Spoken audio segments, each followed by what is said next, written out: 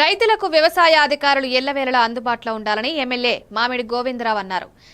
హిరమండలం సచివాలయం వద్ద రైతులకు విత్తనాలు పంపిణీ చేశారు. ప్రస్తుతం ఖరీఫ్ సీజన్ కావడంతో వ్యవసాయ అధికారులు ఎల్లవేళలా రైతులకు అందుబాటులో ఉండాలన్నారు.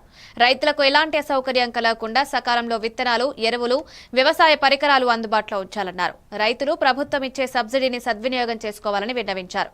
స్థానిక రైతులు సమస్యలపై అధికారులు ఎమ్మెల్యేలకు విన్నవించగా తక్షణమే స్పందించి సమస్యలను పరిష్కరిస్తామన్నారు.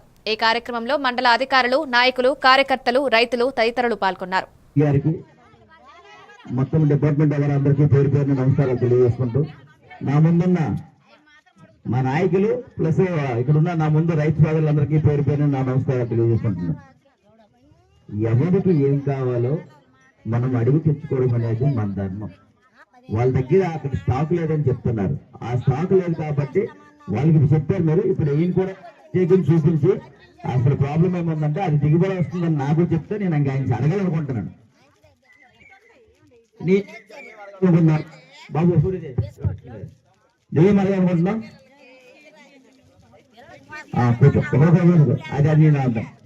మెయిన్ గా మనకు ఉన్న రైతులందరూ ఆలోచించుకుంటారు. గత 5 సంవత్సరాలు రైతుల పనిముట్లు కానీ వ్యవసాయ యాంత్రికలకు సంబంధించినవి కానీ గత 5 సంవత్సరాలు గత ప్రభుత్వం పూర్తిగా జీరో పెట్టి నామం పెట్టింది. అది మనం గుర్తుంచుకోండి. ఇప్పుడు మన ప్రభుత్వం వచ్చి మన మంత్రివర్యులు వ్యవసాయ శాఖ మంత్రి ఎవరు, కింజరాపు అచ్చెన్నాయుడు గారు, ఇవన్నిటికీ ఒక ప్రణాళిక రెడీ చేసి ఇవన్నీ ఇప్పుడు ఇవ్వడం అనేది జరుగుతుంది. మీరందరూ అమ్మా తల్లి కాబట్టి మన తొందర పడితే ఏది అవ్వదు. మన ప్రభుత్వం అన్ని చేస్తుంది. గిరిజనులకి 90% సబ్సిడీ విత్తనాల మీద. అది 1000 రూపాయలు అయితే 100 రూపాయలకి అయితే 1000 రూపాయల విత్తనాలు ఇస్తారు.